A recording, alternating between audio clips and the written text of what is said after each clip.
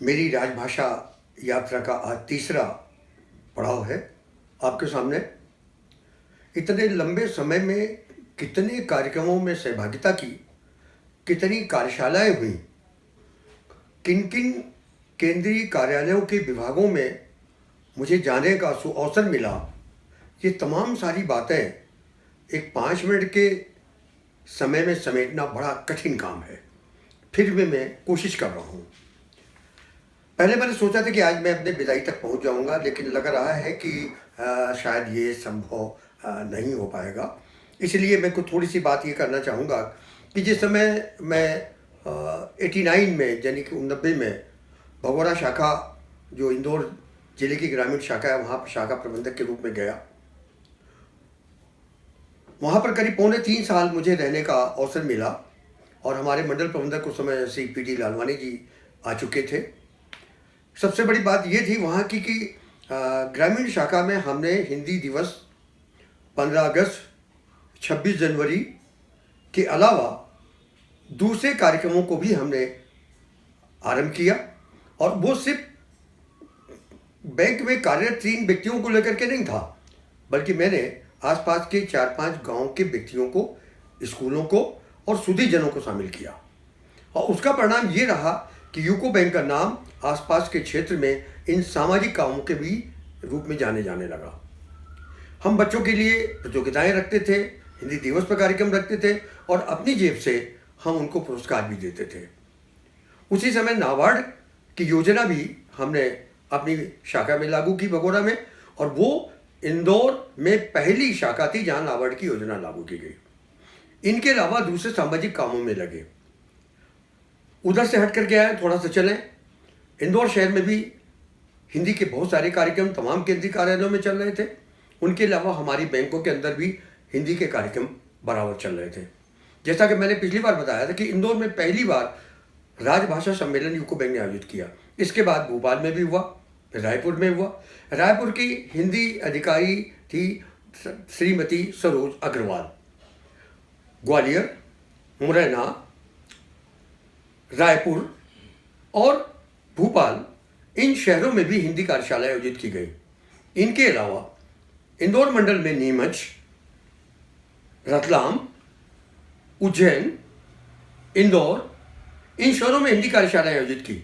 और उसके माध्यम से, हिंदी कार्यशालाओं के माध्यम से, इन क्षेत्रों में जो हिंदी के विद्वान, प्राध्यापक और माननीय ऐसे थे जिनको पढ़ना, अध्ययन करना एक गौरव की बात हुआ करती थी, उन लोगों का सानिध्य भी प्राप्त हुआ।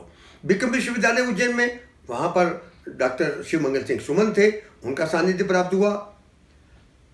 अब बात करें, इंदौर में पहली बार पश्चिम क्षेत्र का राजभाषा सम्मेलन हुआ। उस समय यूको बैंक की और बैंकों की भूमिका अहम रही। इसके पश्चात एक भोपाल में आयोजित हुआ, जिसमें पश्चिम क्षेत्र का, वहाँ पर हमारे तमाम सब लोग आए। वहीं पर मुझे श्री ब्रह्मपाल जी, जो कि बम्बई में थे, उनसे सानिध्य प्राप्त हुआ। इसके अलावा 2-3 व्यक्ति और हैं जिनके मुझे नाम अभी याद नहीं आ रहे हैं, उनका भी सानिध्य प्राप्त हुआ। मंडल कार्यालय में मेरे साथ जो कंधे से कंधा मिला करके चल रहे थे हिंदी को बढ़ावा देने के लिए, उनमें मैं याद करना चाहूँगा श्री हरमोहन नेमा जी, शंकर दत्त तिवारी, जो कि मेरी अनुपस्थिति में करीब 3.25 साल तक हिंदी के प्रभारी रहे मंडल कार्यालय में, जब तक मैं भगोड़ा शाखा में रहा प्रबंधक के रूप में। इसके अलावा सबसे पहले हमारे लिपिक थे, वो हैं जयरायण पोहित, जो वर्तमान में इंदौर में वरिष्ठ शाखा प्रबंधक हैं। मुझे बड़ी खुशी है। इन व्यक्तियों के अलावा मैं उन व्यक्तियों को भी याद करना चाहूँगा, श्री नरेंद्र जोशी, सोहन सिंह गणवंशी, श्री आबिद हुसैन नेरवाला, श्रीमती जयंती रमन, श्री महेश कुशवाहा और अरविंद जोलेकर। ये व्यक्ति वो व्यक्ति हैं जिनके माध्यम से हमें हिंदी को आगे ले जाने में बहुत सहूलियत हुई। सुनील पंडित, उनका भी नाम लेना चाहूँगा, कि जो कि महाप्रबंधक के रूप में सेवानिवृत्त हुए। तमाम शिक्षाविद, बहुत से लोग हमारे साथ जुड़े।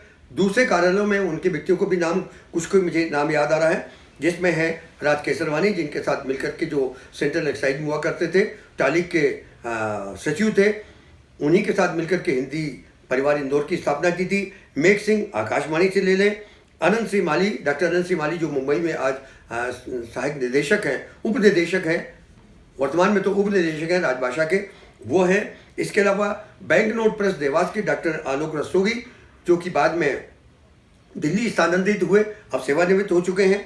और अन्य लोग, गिरीश नागर भोपाल, उनका नाम ले चुका हूँ। हमारे अधिकारियों में श्री कोठारी जी, उनका नाम लेना चाहूँगा। फिर अधिकारियों में हमारे साथ में श्री SR सप्रे, RK शाह हमारे साथ में, और वैद्य साहब, जो कि बाद में मुंबई यहाँ से स्थानांतरित हुए पदोन्नति पर। इन लोगों का ऐसा साथ मिला कि हमें ये कहना पड़ेगा कि मैं भगोड़ा शाखा में रहने के बावजूद भी केंद्रीय कार्यालय के लोग मुझे बुलाते थे, हिंदी कार्यशालाओं में जाते थे। इनका वर्णन मैं अगले अंक में करूँगा, लेकिन ये वो व्यक्ति हैं जिनको मैं आज तक याद कर रहा हूँ, और जिनके कारण न सिर्फ हमारी बैंक की बात कर रहे हैं, हमारी बैंक की अहम तो भूमिका थी सही, बल्कि इंदौर शहर में हिंदी का इतना राजभाषा की तरह का हुआ कि पूरे भारत में इंदौर को जाना जाता था। 2 कार्यक्रमों के माध्यम से मैं आपको ये बताना चाहूँगा अपनी बात समाप्त करने के पहले कि मैंने भगोड़ा शाखा में 3.25 साल का समय जो बिताया, वो संपूर्ण कार्य हिंदी में करने के कारण मुझे का क्षेत्र में प्रथम पुरस्कार सम्मान मिला था। ये बड़ी खुशी की बात है।